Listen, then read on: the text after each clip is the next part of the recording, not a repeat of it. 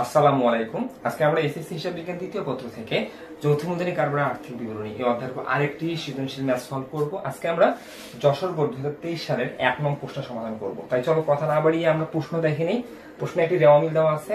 MR company লিমিটেডের অনুমোদিত মূলধন 10 লক্ষ টাকা, প্রতিটি 10 টাকা মূল্যের 1 লক্ষ শেয়ারের বিভক্ত। তাহলে এই কোম্পানি 1 লক্ষটি শেয়ার নিয়ে সরকারের কাছ থেকে নিবন্ধন লাভ করছে, যেখানে প্রতিটি শেয়ারের আসল মূল্য বা অভিহিত মূল্য 10 টাকা, এবং এই কোম্পানির 2022 সালের 31 ডিসেম্বর তারিখে সমাপ্ত বছরের রেওয়া মিলটি নিচে দেওয়া আছে। তার মানে এখানে হিসাবকালটা হচ্ছে 2022 সালের জানুয়ারি 1 তারিখ থেকে ডিসেম্বর 31 তারিখ পর্যন্ত। এখন আমরা জানি যৌথ মূলধনী কারবারের আর্থিক বিবরণী অধ্যায়ে যে রেওয়া মিলটা থাকে, রেওয়া মিলের ডেবিট দিকে থাকে সম্পদ ব্যয়, মালিকানা সত্ত্বের আইটেম, মালিকানা সত্ত্বের আইটেমের মধ্যে থাকে আয়কর প্রদান, লভ্যাংশ প্রদান, এবং ক্রেডিট দিকে থাকে আয়, দায়, শেয়ার মূলধন এবং মালিকানা সত্ত্বের আইটেম। এখন এই মালিকানা সত্ত্বের আইটেমের মধ্যে থাকে হচ্ছে রক্ষিত আয়ের উদ্বৃত্ত, সাধারণ সংস্কৃতি, এই জিনিসগুলা। ওকে, আমরা রেওয়া মিলে কি কি থাকে এগুলো জানি, আমরা এগুলো আসলে ডিটেল এখন দেখতে চাচ্ছি না। আমরা যখন ক খ গ করবো এগুলো নর্মালি আমরা দেখবো। এখন সমন্বয় এগুলো একটু দেখি আমরা।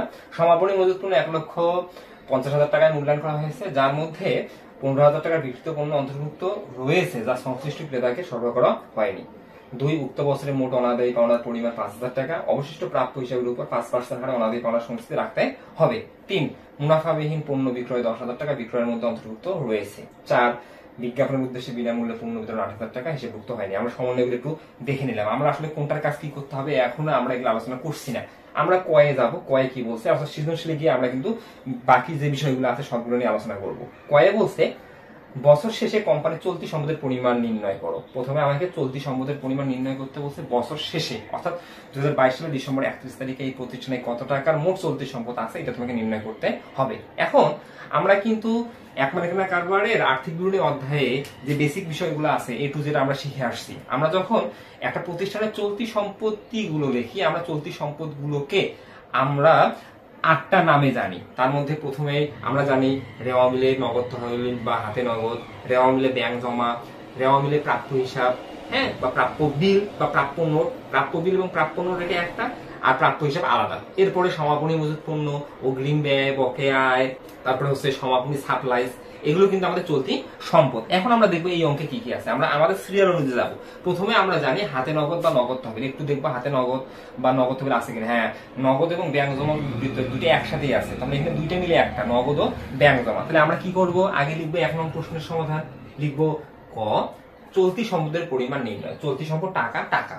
এখন আমরা আমাদের রেওয়া মিল এবং সমন্বয় দুইটা মিলে যে যে চলতি সম্পদগুলো আছে প্রশ্ন থেকে সিরিয়াল বাই সিরিয়াল নিব। তাহলে প্রথমে আমরা আমাদের সিরিয়ালে যাবো। প্রথমে নগদ তহবিল এবং ব্যাংক জমা, এই দুটো কিন্তু আলাদা, সেপারেট। অনেক সময় নগদ তহবিল আলাদা থাকে, ব্যাংক জমা আলাদা থাকে, কিন্তু এই অঙ্কে নগদ এবং ব্যাংক জমা এই দুইটা মিলে একসাথে জেড দিছে 1,80,000 টাকা। তা তোমাকে যেভাবে দিছে তুমি সেভাবেই নিবা, লিখবা নগদ ও ব্যাংক জমা। নগদ ব্যাংক জমা তুমি দেখতেছো কত টাকা আছে, 1,80,000 টাকা আছে। এটার কাজ নাই, তাই আমি দ্বিতীয় ঘরে লিখবো। কাজ থাকলে আমি প্রথম ঘরে দেবো, কাজটা আমাকে এখানে করে নিতে হবে। তার মানে নগদ একটা, ব্যাংক জমা দুইটা, দুইটা মিলে এখানে একটা। 3 নম্বরে আমরা জানি প্রাপ্য বিল বা প্রাপ্য নোট, এটা রেওয়া মিলে থাকবে। তাহলে আমরা একটু দেখি প্রাপ্য বিল বা প্রাপ্য নোট রেওয়া মিলে আছে কিনা, একটু আমরা দেখে নিব। তাহলে আমরা একটু শুরু থেকে দেখি। প্রাপ্য হিসাব আছে, প্রাপ্য বিল বা প্রাপ্য নোট আমাদের চোখে পড়ে কিনা, আমরা আমাদের সিরিয়ালে যাবো। তাহলে আমরা দেখতেছি নেই, তাহলে আমরা লিখবো প্রাপ্য হিসাব। আমরা লিখবো প্রাপ্য হিসাব। প্রাপ্য হিসাবে যদি কাজ থাকে এই কাজটা আমরা করব। প্রাপ্য হিসাবের কাজ আছে, তাহলে প্রাপ্য হিসাব প্রথম ঘরে লিখবো 1 লক্ষ টাকা। কারণ বছর শেষে আমাকে কিন্তু চলতি সম্পদের পরিমাণ নির্ণয় করতে বলছে। তাহলে বছর শেষে যখন আমি চলতি সম্পদের পরিমাণ নির্ণয় করব, আমরা প্রত্যেকটা চলতি সম্পদের নিটটা নিব। ওকে, তাহলে প্রাপ্য হিসাব আমাদের রেওয়া মিলে ছিল কত টাকা, 1 লক্ষ টাকা। এখন আমরা সমন্বয়ে যাবো। সমন্বয়ে প্রাপ্য হিসাবে আমরা কাজগুলো একটু লক্ষ্য করবো। সমন্বয় নম্বর 1-এ নাই, সমন্বয় নম্বর 2-এ আছে। উক্ত বছরে মোট অনাদায়ী পাওনার পরিমাণ 5,000 টাকা। তবে চলতি বছরে প্রাপ্য হিসেবের নিকট হতে চূড়ান্ত চেষ্টার পরেও 5,000 টাকা আদায় করা যাবে না। এটা মোট, মানে এই বছরে মোট আমি প্রাপ্য হিসেবের কাছ থেকে চূড়ান্ত চেষ্টার পরেও আদায় করতে ব্যর্থ হচ্ছে 5,000 টাকা। এখন এই মোট কথাটা তারা কি মিন করে, একটু রেওয়া মিলে গিয়ে দেখো। রেওয়া মিলে লিখিত অনাদায়ী পাওনা 3,000 টাকা। কারণ আমরা জানি রেওয়া মিলে যে দফাটা থাকে এটা কিন্তু লিখিত। তাহলে আমরা দেখতেছি অনাদায়ী পাওনা লিখিত 3,000 টাকা, তাহলে অনাদায়ী পাওনা অলরেডি হিসাবভুক্ত হয়েছে 3,000 টাকা। এখন আমার সমন্বয় নাম্বার 2-এ বলতেছে যে এই বছরে মোট অনাদায়ী পাওনা 5,000 টাকা। তাহলে যদি মোট 5,000 টাকা হয় তাহলে লিখিত কত, 3,000 টাকা। এই যে লিখিত 3,000 টাকা মানে কি, এই 3,000 টাকা অলরেডি 1 লক্ষ টাকা থেকে বাদ দেওয়াই আছে, তাহলে এটা আর বাদ দেওয়া যাবে না। এখন লিখিত তো 3000, মোট কত 5000, তাহলে এখানে অলিখিত কত? অলিখিত 2000, কারণ লিখিত এবং অলিখিত মিলে হবে মোট। মূল পয়েন্ট আছে এই জায়গায়। তাহলে এটা সমন্বয় দেওয়ার উদ্দেশ্যটা কি, যে তুমি যাতে নির্ণয় করতে পারো এই বছরে অলিখিত অনাদি পাওনা কত। তাহলে যেহেতু এখানে মোট অনাদি পাওনার পরিমাণ 5000, রেওয়ামিলে হিসাবভুক্ত হয়েছে 3000, তাহলে অলিখিত হচ্ছে 2000। যেটা অলিখিত সমন্বয়ে আছে, মানে কি প্রাপ্য হিসাব থেকে বাদ দেওয়া নেই। তাহলে আমরা এখন কি করব, বিয়োগ করব অলিখিত অনাদি পাওনা। তাহলে অলিখিত অনাদি পাওনা কত?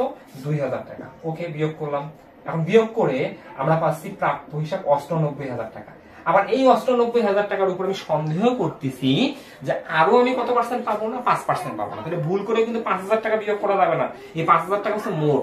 এই 5000 টাকার মধ্যে লিখিত 3000, অলিখিত 2000। তাহলে আমি প্রাপ্য হিসাব থেকে বিয়োগ করবো 2000, কারণ অলরেডি লিখিতটা বিয়োগ করা আছে। তাহলে আমাদের অবশিষ্ট প্রাপ্য হিসাবের উপর কত পার্সেন্ট পাবো না, 5%। এই অবশিষ্ট প্রাপ্য হিসাবের উপর যে 5% পাবো না, এটা কি মিন করে? এটা মিন করে আমাদের যে 98000 টাকা প্রাপ্য হিসাব আছে, এখান থেকে আরো সন্দেহ করছি যে ভবিষ্যতে আরো 5% টাকা নাও পেতে পারি। যেহেতু সন্দেহ করতেছি, মানে এটা ভবিষ্যৎ ব্যবস্থা, তাই এখান থেকে আমি বাদ দিয়ে রাখবো। তাহলে লিখবো মাইনাস নতুন অনাদি পাওনা সঞ্চিতি, কারণ আমরা জানি সমন্বয়ে যেটা অনাদি পাওনা সঞ্চিতি থাকে এটা নতুন, এবং রেওয়ামিলে যেটা থাকে সেটা হচ্ছে পুরাতন। তাহলে নতুন অনাদায়ী পাওনা সংক্ষেপে লিখলাম আমি সঞ্চিতি। এখন আমি কি করব, 98000 টাকার উপর আমি 5% কাটবো। তাহলে যদি আমি 98000 টাকার উপর 5% কাটি, তাহলে কত টাকা দাঁড়ায়? 98000 গুণ 5%, আমরা পাচ্ছি 4900 টাকা। এই 4900 টাকা আমি এখন বিয়োগ করবো। যদি 4900 টাকা বিয়োগ করি 98000 টাকা থেকে মাইনাস 4900, তাহলে প্রাপ্য হিসেবে আদায়যোগ্য হবে 93100। তাহলে একটা জিনিস ভালো করে লক্ষ্য করো, আমাদের রেওয়ামিল অনুযায়ী প্রাপ্য হিসাব ছিল 1 লাখ। হিসাবকাল শেষে আমরা আদায়যোগ্য প্রাপ্য হিসাব পেলাম 93100। এটাকে আদায়যোগ্য প্রাপ্য হিসাব বা নিট প্রাপ্য হিসাব বলবো। যেহেতু আমরা বছর শেষে চলতি সম্পদ বের করতেছি, তাই এটা নির্ণয় করা খুব গুরুত্বপূর্ণ। ওকে, এরপরে আমরা প্রাপ্য হিসাব বলতে 4 নম্বর দফা হিসেবে শেষ করলাম। এরপরে আমরা দেখবো আর চলতি হিসাবের মধ্যে সিরিয়াল ওয়াইজ কি আছে। তাহলে প্রাপ্য হিসাব কিন্তু 4 নম্বর। 5 নম্বর আমরা জানি সমাপনী মজুত পণ্য। আমাদের সমাপনী মজুত পণ্য আছে, এখানে আবার একটি সমন্বয় আছে। সমাপনী মজুত পণ্য 1,50,000 টাকা মূল্যায়ন করা হয়েছে, যার মধ্যে 15,000 টাকার বিকৃত পণ্য অন্তর্ভুক্ত আছে। বিকৃত পণ্য মানে কি? আমি কাস্টমারের কাছে পণ্য বিক্রি করছি 15,000 টাকা। এখন যে কাস্টমারের কাছে পণ্য 15,000 টাকায় বিক্রি করছি, সে ধরো হিসাবকালের শেষের দিনে নিয়ে যায়নি, আমার প্রতিষ্ঠানে রেখে গেছে। তাহলে আমার প্রতিষ্ঠানে বিক্রিত পণ্য 15,000 টাকা রয়ে গেছে। এখন যে অ্যাকাউন্টেন্ট ছিল, সে ভুল করে এই 15,000 টাকাও সমাপনী মজুত পণ্যের মধ্যে যুক্ত করছে। সমাপনী মজুত পণ্য মানে কি? যে পণ্যটা হিসাবকাল শেষে অবিকৃত অবস্থায় আছে। তাহলে হিসাব রক্ষক সমাপনী মজুত পণ্য অর্থাৎ অবিকৃত পণ্য মূল্যায়ন করছে 1.5 লক্ষ টাকা, কিন্তু পরবর্তীতে দেখা গেছে মূল্যায়ন করার পর যে ভুল করে 15,000 টাকা হিসাবভুক্ত হয়েছে, সেটা বিকৃত। তাহলে আমি যদি বিকৃত পণ্যকে অবিকৃত পণ্য হিসেবে ট্রিট করি, তাহলে সমাপনী মজুত পণ্য কি এখানে সঠিক আছে? অবশ্যই সঠিক নাই। তাহলে সমাপনী মজুত পণ্য এখানে এক্স্যাক্টলি কত টাকা? এখানে তাহলে 1.5 লক্ষ টাকা থেকে 15,000 টাকা বিয়োগ করলে যেটা পাবো সেইটা। তাহলে আমি লিখবো সমাপনী মজুত পণ্য। এইখানে আমি ব্র্যাকেটে বিয়োগ করে দেখাই। 1,50,000 টাকা ছিল আমাদের সমাপনী মজুত পণ্য, আমি ভুল করে বিকৃত পণ্য অন্তর্ভুক্ত করছি 15,000 টাকা। এই 15,000 টাকা বাদ দিলে আমি প্রকৃত সমাপনী মজুত পণ্য পাবো 1,35,000 টাকা। এটাই হচ্ছে আমাদের প্রকৃত সমাপনী মজুত পণ্য। এটা কিন্তু আমাদের 5 নম্বর আইটেম হিসেবে লেখা শেষ হইলো। এখন 6 নম্বর আইটেম হিসেবে আমরা আনবো অগ্রিম ব্যয়। আমরা দেখবো কোনো ব্যয় অগ্রিম আছে কিনা। রেওয়ামিলেও কোনো ব্যয় অগ্রিম থাকতে পারে। দেখতেছি বেতন 11 মাস, এই বেতনটা যদি 14 মাস বা 15 মাস থাকতো, এখানে কিন্তু অগ্রিম থাকতো। এখানে কিন্তু বকেয়া আছে, অগ্রিম নেই। তারপরে শিক্ষানবী ইসলামী 2 বছর, এটা আয়। অগ্রিম মানে এখানে অগ্রিম আছে, এটা দায়, এটা সম্পদ না। তাহলে আমরা কোনো ব্যয় অগ্রিম দেখতেছি না। তাহলে আমাদের 6 নম্বর আইটেমও শেষ। 7 নম্বর আইটেম বকেয়া আয়। এখানে কোনো আয় দেখতেছি কি আমি? হ্যাঁ, শিক্ষানবী ইসলামী আছে, কিন্তু অগ্রিম আছে, কোনো আয় বকেয়া নাই। 8 নম্বর হিসেবে আমরা আনবো সমাপনী সাপ্লাইস বা অব্যবহৃত সাপ্লাইস বা অব্যবহৃত মণিহারি, এটা। তাহলে এখানে কিন্তু ওইটাও নেই। যেহেতু নেই, তাহলে আর কোনো আমার চলতি সম্পদ নেই। আমি এগুলোকে যোগ করে দেবো। যদি আমি এখন এগুলোকে যোগ করি, আমরা সমাপনী চলতি সম্পদ পেয়ে যাবো। তাহলে এখানে 1,80,000 টাকা যোগ 93,100 টাকা যোগ 1,35,000 টাকা। তাহলে আমরা সমাপনী চলতি সম্পদ পাচ্ছি 4,08,100 টাকা। ওকে, এটাকে আমরা ক্লোজ করে দেবো। এটাই হচ্ছে আমাদের অতএব সমাপনী চলতি সম্পদ। তাহলে আমাদের ক হয়ে গেল, আমরা বক্স করে দেবো। ওকে, এখন আমরা খ করবো। ক্ষয় কি বলছে? ক্ষয় বলছে সমাপ্ত বছরের জন্য কোম্পানির মোট মুনাফা বা ক্ষতির পরিমাণ নির্ণয় করো। আমরা মোট মুনাফা বা ক্ষতির পরিমাণ আয় বিবরণীতে নির্ণয় করি। আমরা যখন আয় বিবরণী প্রস্তুত করি, যদি এটা পণ্যের প্রতিষ্ঠান হয়, যেহেতু এটা আমরা সেকেন্ড পেপারের জন্য করতেছি, আমরা শিল্প প্রতিষ্ঠান, কোম্পানি মানে কি? যারা পণ্য উৎপাদন করে, তাহলে শিল্প প্রতিষ্ঠান।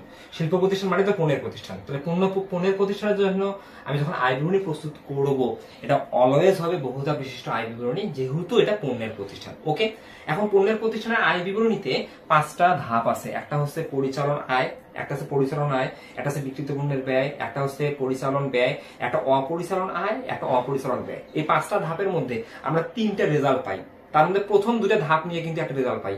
আমরা যখন পরিচালন আয় থেকে বিক্রিত পণ্যের ব্যয় বিয়োগ করি, দেন আমরা প্রতিষ্ঠানের মোট মুনাফা বা মোট ক্ষতির পরিমাণ পেয়ে যাই। তাহলে এখানে যেহেতু আমাকে মোট মুনাফা বা মোট ক্ষতির পরিমাণ নির্ণয় করতে বলছে, তাহলে আয় বিবরণীতে আমাকে পরিচালন আয় থেকে বিক্রিত পণ্যের ব্যয় বিয়োগ করে এই ফলাফলটা নির্ণয় করতে হবে। তাহলে তুমি এখানে কি করবা, খাতায় আগে লিখবা 1 নং প্রশ্নের সমাধান, লিখবা হচ্ছে খ। তুমি উপরে লিখতে পারো প্রতিষ্ঠানের নাম দিয়ে আয় বিবরণী ব্র্যাকেটে আংশিক দিয়ে নিচে লিখতে পারো 2022 সালের 31 ডিসেম্বর তারিখে সমাপ্ত বছরের জন্য, অথবা তুমি সরাসরি লিখতে পারো মোট লাভ বা ক্ষতির পরিমাণ নির্ণয় দিয়ে বিবরণ টাকা টাকা টাকা দিয়ে তুমি ছকটা করলা।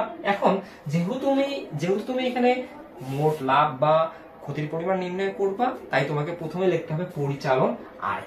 এখন হিসাব বিজ্ঞানে পরিচালন আয় বলতে আমরা কি বুঝি? হিসাব বিজ্ঞানে আমরা পরিচালন আয় বলতে আধুনিক হিসাব বিজ্ঞানে আমরা বিক্রয়ের মাধ্যমে প্রাপ্ত আয়কে বুঝি। তাহলে আমরা দেখবো আমাদের রেওয়া মিলে পণ্য বিক্রয় কত টাকা আছে। তাহলে আমরা দেখতেছি রেওয়া মিলে পণ্য ক্রয় এবং বিক্রয় একসাথে আছে। পণ্য ক্রয় ব্যয় ডেবিট, পণ্য বিক্রয় আয় ক্রেডিট। তাই আমি নিচে লিখবো বিক্রয়। বিক্রয় কত টাকা আছে? আমাদের বিক্রয় আছে 3,75,000 টাকা। এখন এটা কিন্তু আমাকে নিট বিক্রয় কনভার্ট করতে হবে। পরিচালন আয় মানেই আসলে নিট বিক্রয়। এখন নিট বিক্রয় কনভার্ট করার জন্য আমাকে কি করতে হবে?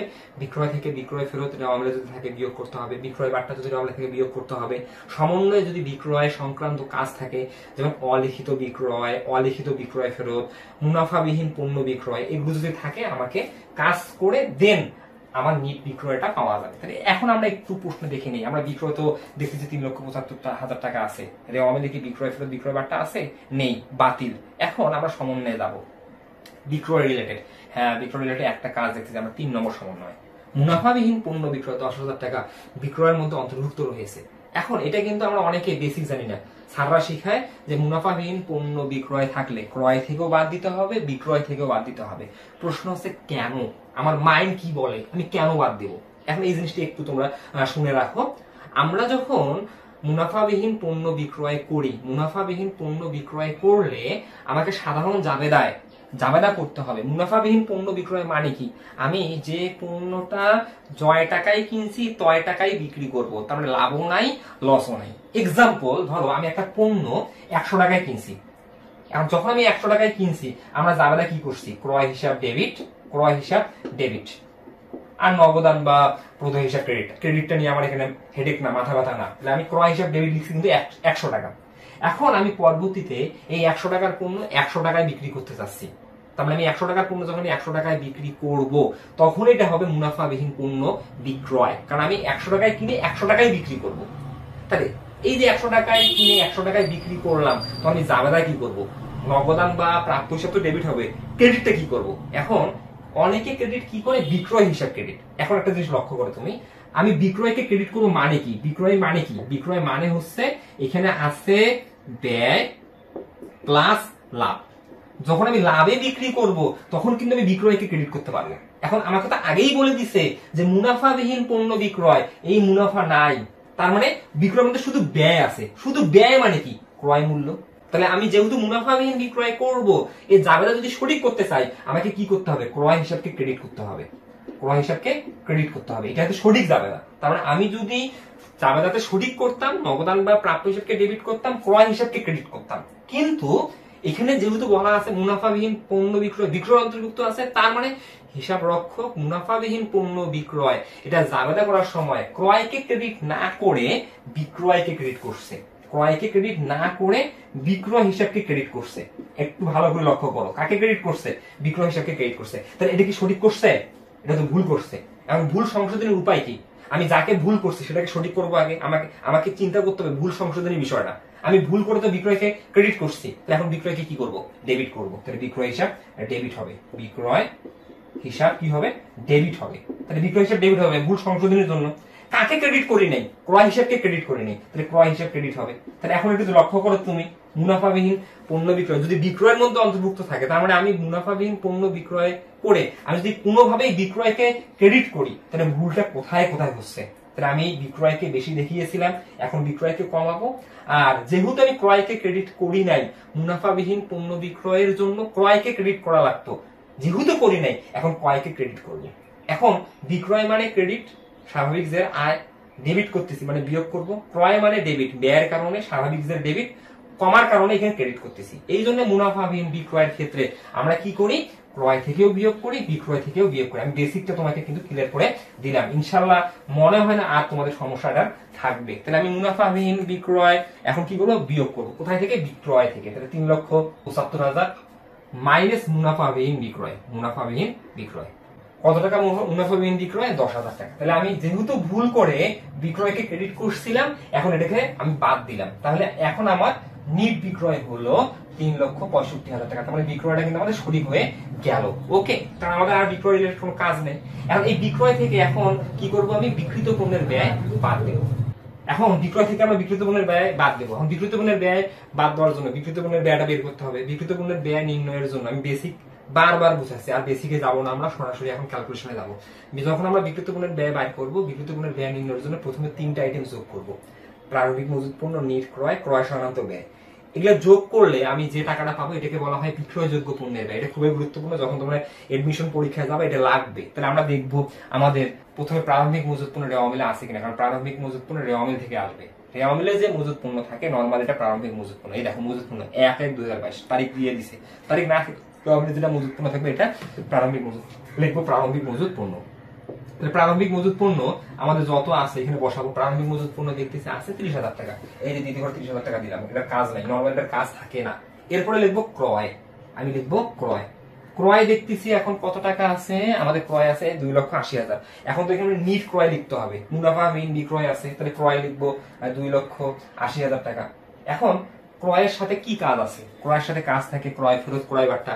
রেওয়া মিলে কিন্তু নেই ক্রয় ফেরত, ক্রয় বার্তা নাই। এখানে যে শুধু বার্তা আছে, এই যে বার্তা ডেবিট দিকে আছে, এটা হচ্ছে তোমার বার্তা ব্যয়, এটা হচ্ছে বার্তা আয়। এটা কিন্তু আমাদের ক্রয় বার্তা বিক্রয় বার্তা না।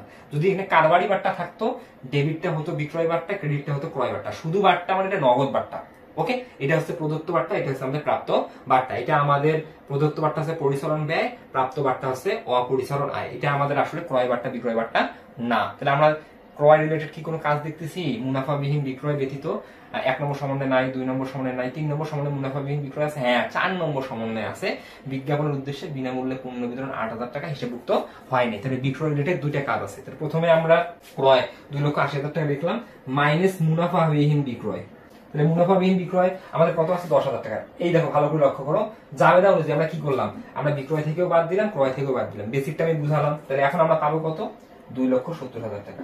এই 2,70,000 টাকা থেকে আবার আমি বিনামূল্যে পণ্য বিতরণ করছি কত টাকা? 8,000 টাকা। এই দেখো বিজ্ঞাপনের উদ্দেশ্যে বিনামূল্যে পণ্য বিতরণ 8,000 টাকা। এখন তুমি একটু চিন্তা করো, তুমি বিজ্ঞাপনের উদ্দেশ্যে তোমার যে প্রতিষ্ঠানের পণ্য বিনামূল্যে দিলে তোমার ব্যয় কত হলো? 8,000 টাকা হলো।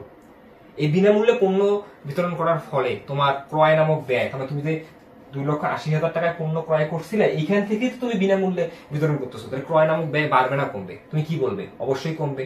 যখন তুমি ক্রয় করছিলা, ক্রয় নামক ব্যয়কে ডেবিট করছিলা, যেহেতু এখান থেকে বিনামূল্যে পণ্য বিতরণ করলা, ক্রয়কৃত পণ্য কমে গেল, তাহলে ক্রয় নামক ব্যয় হ্রাস পেল। এই জন্য তুমি কি করবা? মাইনাস পণ্য বিতরণ বিয়োগ করবা। ওকে, পণ্য বিতরণ কত টাকা তুমি দেখতেছো? পণ্য বিতরণ দেখতেছো তোমার আছে এখানে 8,000 টাকা। আমি যদি 8,000 টাকা বিয়োগ করি, তাহলে আমার এখন নিট ক্রয় দাঁড়াবে 2,62,000 টাকা। ওকে, আমাদের নিট ক্রয় হয়ে গেল। আমি যে কথাটা বলছি যে আমি যখন বিক্রিত পণ্যের ব্যয় বের করবো, আমি প্রথমে 3টা দফা আনবো। প্রথমে প্রারম্ভিক মজুত পণ্য, এটা 1 নম্বর দফা হিসেবে নিয়ে আসলাম। তারপরে ক্রয় 2 নম্বর দফা হিসেবে নিয়ে আসলাম। এটা জাস্ট আমি র্যাঙ্ক করতেছি। 3 আমরা আনবো ক্রয় সংক্রান্ত ব্যয়। ক্রয় সংক্রান্ত ব্যয় আমাদের কি আছে? আমরা দেখবো প্রথমে মজুরি, তারপরে দেখবো আমরা ক্রয় পরিবহন বা পরিবহন। একটু শুরু থেকে দেখি, এই যে মজুরি আছে, মজুরি আছে 50,000 টাকা। লিখি মজুরি। মজুরি কি সমন্বয়ে আমি কাজ পাইছি? না, আমি পাইনি। তাহলে মজুরি লিখবো একদম দ্বিতীয় ঘরে 50,000 টাকা। ওকে, লিখলাম। এরপরে আমরা দেখবো ক্রয় পরিবহন বা শুধু পরিবহন বা আন্ত পরিবহন নাই। তারপরে জাহাজ ভাড়া আছে। তার মানে আমি এখানে বিদেশ থেকে পণ্য ক্রয় করে আনছি। জাহাজ ভাড়া কেন দিব? আমরা যখন বিদেশ থেকে পণ্য আমদানি করি তখন আমরা সমুদ্র পথে আনি। যেহেতু আমরা সমুদ্র পথে আনি তাহলে আমাকে অবশ্যই সমুদ্র পথে জাহাজ ভাড়া দিতে হবে। তাহলে জাহাজ ভাড়া যখন থাকবে, এই জাহাজ ভাড়া কি মিন করবে যে আমি অবশ্যই বিদেশ থেকে পণ্য আমদানি করছি। ওকে, তাহলে জাহাজ ভাড়া আমার কত টাকা আছে? 35,000 টাকা আছে। এটা হচ্ছে আমাদের ক্রয় সংক্রান্ত বা প্রত্যক্ষ ব্যয়। তাহলে লিখবো জাহাজ ভাড়া। ওকে, তাহলে জাহাজ ভাড়া আমাদের কত টাকা? জাহাজ ভাড়া আমরা দেখতেছি আমাদের আছে 35,000 টাকা। এরপরে আমাদের কি থাকতে পারে? আমার থাকতে পারে ডক চার্জ, তারপরে পণ্য খালাস ব্যয়। এগুলো কিন্তু কোনোটাই নেই। যেহেতু কোনোটাই নেই, তার মানে আমাদের আর কোনো ক্রয় সংক্রান্ত ব্যয়ও নেই। সমন্বয়ে কোনো কিছু মিস হয়েছে কিনা দেখি আমি। না, নেই, হয়নি। তাহলে এখন আমরা যোগ করব। এখন আমরা যদি যোগ করি, দেখো একটু ভালো করে, 30,000 টাকা যোগ 2,62,000 টাকা যোগ 50,000 টাকা যোগ 35,000 টাকা, তাহলে আমি পাচ্ছি 3,77,000 টাকা। এখন এই যে 3,77,000 টাকা যে আমি পেলাম, এটাকে অ্যাকাউন্টিং এর ভাষায় কি বলে, হিসাব বিজ্ঞানের ভাষায় কি বলে? এটাকে বলা হয় বিক্রয়যোগ্য পণ্যের ব্যয়। এটা খুবই গুরুত্বপূর্ণ, বিক্রয়যোগ্য পণ্যের ব্যয়। তার মানে আমাদের এই প্রতিষ্ঠানে 2022 সালের জানুয়ারি 1 তারিখ থেকে ডিসেম্বর 31 তারিখ পর্যন্ত সারা বছরের দোকানের মাল ছিল 3,77,000। ধরো আমি দোকানের কোনো মাল বিক্রি করি নাই, তাহলে আমি জানুয়ারি 1 তারিখ থেকে ডিসেম্বর 31 তারিখ পর্যন্ত আমাদের দোকানে যতগুলো মাল আছে এগুলো যদি আমি হিসাব করি, তাহলে আমি পাবো 3,77,000 টাকার আসল মূল্যের মাল আছে। এটাকে হিসাব বিজ্ঞানের ভাষায় কি বলা হয়? বিক্রয়যোগ্য পণ্যের ব্যয়। আর এই বিক্রয়যোগ্য পণ্যের ব্যয় থেকে আমরা যদি সমাপনী মজুত পণ্য বিয়োগ করি, আমরা পাই বিকৃত পণ্যের ব্যয়। তাহলে প্রথমে বিক্রয়যোগ্য পণ্যের ব্যয়, দেন বিকৃত পণ্যের ব্যয়। ওকে, তাহলে আমরা এখন লিখবো কি? বাদ বা মাইনাস সমাপনী মজুত পণ্য। মজুত পণ্য, তা সমাপনী মজুত পণ্য এখানে একটু কাজ আছে। সমাপনী মজুত পণ্য ছিল 1.5 লক্ষ টাকা। এর মধ্যে আমাদের বিক্রিত পণ্য 15,000 টাকা আছে, ব্র্যাকেটে বাদ দিয়ে দেবো। তাহলে প্রকৃত সমাপনী মজুত পণ্য হচ্ছে 1,35,000 টাকা। ওকে, আর এটা বিয়োগ করবো আমরা। তাহলে আমরা যদি বিয়োগ করি, আমরা বলবো 2 লক্ষ, এখানে 4, এখানে 2,42,000 টাকা। এই 2,42,000 টাকাই হচ্ছে আমাদের বিক্রিত পণ্যের ব্যয়। আমি আবারও বলতেছি, আমরা যখন বিক্রিত পণ্যের ব্যয় বের করব, প্রথমে 3টা আইটেম যোগ করব। প্রারম্ভিক মজুত পণ্য, নিট ক্রয়, ক্রয় সংক্রান্ত ব্যয়। এই 3টা ব্যয়ের সমষ্টিকে আমরা হিসাব বিজ্ঞানের ভাষায় বলি বিক্রয়যোগ্য পণ্যের ব্যয়। এই যে এটা হচ্ছে বিক্রয়যোগ্য পণ্যের ব্যয়। এটা কি মিন করে? আমার প্রতিষ্ঠানে জানুয়ারি 1 তারিখ থেকে ডিসেম্বর 31 তারিখ পর্যন্ত আমি যদি 1 টাকারও পণ্য বিক্রি না করি, আমার দোকানে মোট 3,77,000 টাকার আসল মাল আছে। এটাকে আমরা কি বলি? বিক্রয়যোগ্য পণ্যের ব্যয়। তার মানে আমি যদি আমার দোকানের পুরো মাল এই বছর বিক্রি করে দেই, তাহলে আমার ক্যাপাবিলিটি বা এবিলিটি 3,77,000 টাকার আসল মাল বিক্রি করতে পারবো। কিন্তু আসলে কি বাস্তবে দিন শেষে অর্থাৎ হিসাবকাল শেষে দেখা যায় আমার দোকান ফাঁকা হয়ে গেছে? কখনোই না। হিসাবকালের শেষের দিন দেখা যায় কিছু মাল অবিকৃত অবস্থায় রয়ে গেছে। সেটা কি নামে রয়ে গেছে? সমাপনী মজুত পণ্য নামে রয়ে গেছে। তাহলে বিক্রয়যোগ্য পণ্যের ব্যয় থেকে আমি যদি সমাপনী মজুত পণ্য বিয়োগ করি, তাহলে আমরা পাবো বিকৃত পণ্যের ব্যয়। এখানে আরেকটা বিষয় আছে, এই যে বিকৃত পণ্যের ব্যয় আমি 2,42,000 টাকা পেলাম, এটাকে আবার প্রত্যক্ষ খরচও বলা হয়। তোমাকে যদি কখনো ক্ষয়ে বলে প্রত্যক্ষ খরচের পরিমাণ নির্ণয় করো, তার মানে তুমি বিকৃত পণ্যের ব্যয় বাইর করবে। তাহলে তুমি এখানে কি করবে? 3,65,000 টাকা মাইনাস 2,42,000 টাকা বিয়োগ করলে 1,23,000 টাকা। এই 1,23,000 টাকাই হচ্ছে তোমার ক্ষয়ের অ্যান্সার। এটা কি পেলা তুমি? এটা হচ্ছে আমাদের মোট বিক্রয় অর্থাৎ নেট বিক্রয়, পরিচালনা আয়। তাহলে পরিচালনা আয় ছিল 3,65,000 টাকা। এই 3,65,000 টাকা যে আমি বিক্রি করছি কত টাকার পণ্য?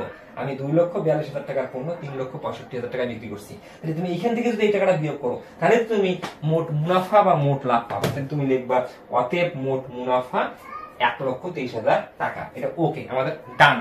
এখন আমরা গয়ের সমাধান করবো। গয়ে কি বলছে? কোম্পানির মোট মুনাফা 1,23,000 টাকা ধরে নেট মুনাফা বা ক্ষতির পরিমাণ নির্ণয় করো। এবার দেখো একটা জিনিস, আমরা কিন্তু যখন খ করছি, ক্ষয়ে আমরা যখন মোট মুনাফা বের করছি, আমার কিন্তু নিম্নিত অ্যান্সার 1,23,000 টাকায় বের হয়েছে। তার মানে এই 1,23,000 কে নিয়েই আমাকে আবার গোয়া বলছে যে কোম্পানির মোট মুনাফা 1,23,000 টাকা ধরে নেট বা ক্ষতির পরিমাণ নির্ণয় করো। তার মানে এখানে আলটিমেটলি কি দাঁড়ালো?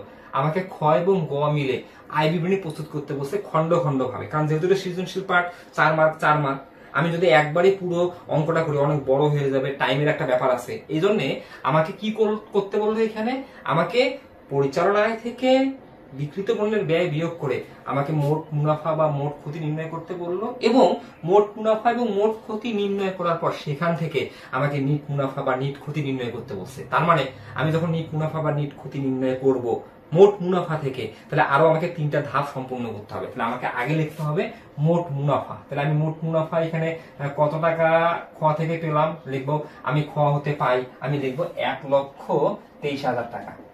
এই মোট মুনাফা থেকে আমি প্রথমে পরিচালন ব্যয় বিয়োগ করব। পরিচালন ব্যয় বিয়োগ করলে আমি নিট পরিচালন মুনাফা বা নিট পরিচালন ক্ষতি পাবো। তারপরে আমরা অপরিচালন আয় যোগ করব, অপরিচালন ব্যয় বিয়োগ করব, তাহলে আমরা নিট মুনাফা বা নিট ক্ষতি পেয়ে যাবো। তাহলে আমি মোট মুনাফা লিখলাম, ব্র্যাকেটে লিখবা খ হতে প্রাপ্ত 1,23,000 টাকা, লিখবা বাদ পরিচালন ব্যয়। তাহলে আমরা খুব সহজে এখন পরিচালন ব্যয়গুলো কি কি আছে আমরা খুব সহজে আসলে এখান থেকে ফাইন্ড আউট করার চেষ্টা করবো। এখন আমরা জানি পরিচালন ব্যয় মানে কি, অফিস ও প্রশাসনিক ব্যয়, বিক্রয় ও বন্টন ব্যয়। অর্থাৎ যে ব্যয়গুলো আমরা বিক্রিত পণ্যের ব্যয় লিখছি এগুলো নিব না, এবং যে ব্যয়গুলো অপরিচালন ব্যয় লিখবো অর্থাৎ সুদ বাবদ ব্যয় নিব না, বাকি সকল ব্যয় হচ্ছে আমাদের পরিচালন ব্যয়। একটু আমরা রেওয়া মিল এবং সমন্বয় দুই জায়গা থেকে আনার চেষ্টা করি যে আমাদের প্রতিষ্ঠানের পরিচালন ব্যয়গুলো কি কি আছে। প্রথমে ব্যয় মানেই তো ডেবিট, আমি ক্রেডিট গুলো দেখবো না, প্রথমে প্রাপ্য হিসাব ডেবিট, তারপরে বেতন, এই দেখো চলে আসছে বেতন 11 মাস। এটা কিন্তু আমরা এখন জানি যে যখন বেতন মাসে থাকবে, মাসে থাকলে আমাদের ভিত্তি বছর হচ্ছে 12, কারণ আমি যদি 1 বছর অঙ্ক করি আমাকে 12 মিলাতে হবে। 12 মাসের চেয়ে যদি বেশি থাকে অগ্রিম, 12 মাসের চেয়ে কম থাকে আমার বকেয়া। কারণ যেহেতু আমার হিসাব কালটা 12 মাস, এই জন্য আমার ভিত্তি হচ্ছে 12। বেতন এখানে কয় মাস হচ্ছে? 11 মাস। এটা কি মিন করতেছে যে আমি 11 মাসের জন্য 44,000 টাকা দিছি। যদি আমি 11 মাসের জন্য 44,000 টাকা দিই, তাহলে 12 মিলাইতে কত প্রয়োজন? 1 প্রয়োজন। তার মানে 1 মাস বকেয়া আছে। যেহেতু বকেয়া আছে, তাহলে এই 44,000 এর সাথে ওই 1 মাসের টাকাটা যোগ করে আমাকে দ্বিতীয় ঘরে লিখতে হবে। তাহলে আমি লিখবো প্রথমেই বেতন, কারণ বেতন মানে হচ্ছে আমাদের পরিচালন ব্যয়। তাহলে বেতন আমি প্রথম ঘরে লিখবো 44,000 টাকা লিখলাম। আর এই বেতনের সাথে যেহেতু এখানে 11 মাস, আমি ভিত্তি কি বললাম? ভিত্তি হচ্ছে 12 বছর। এখানে মূল বিষয়টা কি? 12 মাস, 12 বছর তো না, 12 মাস। তাহলে 12 মাস মিলাইতে হবে। তাহলে 12 মাস মিলানোর জন্য 1 যোগ করতে হবে। যোগ মানে তো বকেয়া। আবার এখানে যদি 15 মাস থাকতো, 12 মিলাইতে বিয়োগ করা লাগতো। বিয়োগ মানে অগ্রিম। তাহলে যোগ মানে বকেয়া, বিয়োগ মানে অগ্রিম। তাহলে লিখবো যোগ বকেয়া। বকেয়া কত মাস? বকেয়া 1 মাস। এখন আমি ঐকিক নিয়ে যাবো। এখানে যে 44,000 টাকা আছে 11 মাসের জন্য, তাহলে 11 মাসের জন্য 44,000 টাকা, অর্থাৎ 1 মাসের জন্য। তাহলে এই 44,000কে আমাকে 11 দ্বারা ভাগ করতে হবে। তাহলে 44,000 ভাগ 11, তাহলে তো আমি 1 মাসের পাবো 4,000 টাকা। যখন এই 4,000 টাকা আমি যোগ করলাম, আমি কিন্তু 48,000 টাকা পেলাম। এইবার এই 44,000 টাকা যা 48,000 টাকায় কনভার্ট হলো, মানে 12 মাসে কনভার্ট হলো। এইবার এই 48,000কে আবার 12 দিয়ে ভাগ করো, ঘুরে ফিরে কিন্তু 4,000 টাকাই পাওয়া প্রতি মাসে। ওকে, তাহলে আমাদের বেতন হয়ে গেল। মজুদ পণ্যটা তো বিক্রিত পণ্যের ব্যয় হয়ে গেছে, ক্রয় বিক্রয় এটা হয়ে গেছে, মজুরি হয়ে গেছে। বিজ্ঞাপন আমরা লিখবো বিজ্ঞাপন, এটা কারণ পরিচালন ব্যয়। এটা বিজ্ঞাপন আমরা কত দেখতেছি? এখানে বিজ্ঞাপন দেখতেছি আমাদের 40,000 টাকা। প্রথম করে লিখবো কারণ কাজ আছে। এখন বিজ্ঞাপন মানে কি? প্রচার ব্যয়। রেওয়া মিলে যেটা থাকে এটা কি? লিখিত অংশ। এখন বিজ্ঞাপন সমন্বয় একটা আছে, সেটা সময়ের নাম্বার হচ্ছে 4। বিজ্ঞাপনের উদ্দেশ্যে বিনামূল্যে পণ্য বিতরণ 8,000 টাকা, হিসাবভুক্ত হয়নি। সমন্বয় আছে মানে কিন্তু হিসাবভুক্ত হয়নি। তাহলে আমি প্রচারের জন্য ব্যয় করছি 40,000 টাকা, এটা রেওয়া মিলে আছে লিখিত। আমি আরো প্রচারের জন্য 8,000 টাকা বিনামূল্যে পণ্য বিতরণ করছি, আরো 8,000 টাকা, এটা সমন্বয় আছে মানে তো অলিখিত। তাহলে এই বছরে তোমাকে যদি প্রশ্ন করা হয় তোমার প্রচার ব্যয় কত, রেওয়া মিলে 40,000 টাকা, সমন্বয়ে 8,000 টাকা, মানে 48,000 টাকা। তাই তো আমি এখানে কি করব? যোগ করব পণ্য বিতরণ। তাহলে যখন আমি পণ্য বিতরণ করবো বিনামূল্যে, এটা কিন্তু বিজ্ঞাপন ব্যয়। ওকে, বিতরণ। তাহলে পণ্য বিতরণ কত টাকা? 8,000 টাকা। আমি যদি যোগ করি তাহলে আমার প্রকৃত বিজ্ঞাপন কত? এখন 48,000 টাকা। এটা আমাদের হয়ে গেল। এবার আমরা আসবো বিজ্ঞাপনের পর জাহাজ ভাড়া হয়ে গেছে, আমি ভাড়া আনবো। এই জাহাজ ভাড়া বলতে আসলে আমি জাহাজে যে মাল নিয়ে আসছি তার ভাড়া। এই ভাড়া বলতে আমি যে দোকানে ব্যবসা করি ঘর ভাড়া। তাহলে আমি ঘর ভাড়া কত টাকা দিচ্ছি? 20,000 টাকা। লিখবো ভাড়া। ভাড়া কি আমার কোনো সমন্বয় পাইছি? না, পাইনি। তাহলে ভাড়া দিতে হলে লিখবো 20,000 টাকা। এটা আমার হয়ে গেল। ভাড়ার পর কি আছে? বারটা। এই দেখো বারটা 8,000। ডেবিট দিকে যেটা বারটা, এটা প্রদত্ত বারটা, এটা পরিচালন ব্যয়। ক্রেডিট দিকে যে বারটা, এটা প্রাপ্ত বারটা, এটা অপরিচালন আয়। তাহলে লিখবো প্রদত্ত বারটা। তাহলে প্রদত্ত বারটা আমরা কত টাকা লিখবো? 8,000 টাকা লিখবো। ওকে, আমাদের বারটাও হয়ে গেল। এরপরে কলকাতা যন্ত্রপাতি আসবে না, নগদ আসবে না, সেখানে ছিল না, অনাদায়ী পাওনা আসবে। অনাদায়ী পাওনা হচ্ছে 3,000 টাকা। অনাদায়ী পাওনা লিখবো কত? 3,000 টাকা।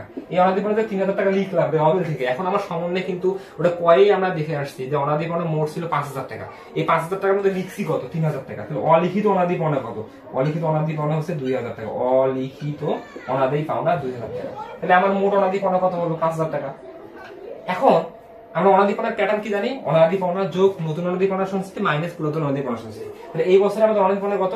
5,000। লিখবো যোগ নতুন অনাদায়ী পাওনা সঞ্চিতি। এটাও কিন্তু আমরা যখন চলতি সম্পদ বের করছি তখন কাটছি, তাহলে আমাদের প্রাপ্য হিসাব ছিল রেওয়া মিলে 1 লক্ষ টাকা।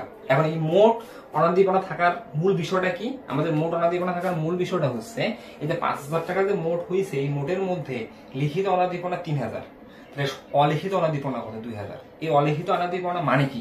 আমরা প্রাপ্য হিসাব থেকে এই 2,000 টাকা বাদ দিইনি। 3,000 টাকা কিন্তু যেটা লিখিত অলরেডি বাদ দেওয়া আছে, তার মধ্যে প্রাপ্য হিসাবে 1 লাখ, তার মধ্যে অলিখিত অনাদায়ী পাওনা 2,000। আমি যদি বিয়োগ করি তাহলে আমাদের প্রাপ্য হিসাবে এখন কত? 98,000। এর উপর আমি আবার সন্দেহ করতেছি ভবিষ্যতে আরো 5% টাকা পাবো না, তাহলে এই 98,000 এর 5% কেটে আমি পেলাম 8,900। এটাকে আমরা বলতেছি নতুন অনাদায়ী পাওনা সঞ্চিতি। তাহলে কত পেলাম? 4,900। এই 4,900 আমি যোগ করি, আমি বলবো 9,900। এই 9,900 কি? এই বছরে মোট অনাদায়ী পাওনা। এই মোট অনাদায়ী পাওনা আসলে দুইটা পার্ট থাকে। একটা চূড়ান্ত চেষ্টার পরেও যে টাকাটা আদায় করা সম্ভব হবে না, চূড়ান্ত চেষ্টার পরে আদায় করা সম্ভব হবে না 5,000। আবার আমি সন্দেহ করতেছি আরো আমি পাবো না কত? 4,900। তাহলে আমি এই বছরে প্রাপ্য হিসেবে কাছ থেকে মোট টাকা পাবো না কত? 9,900।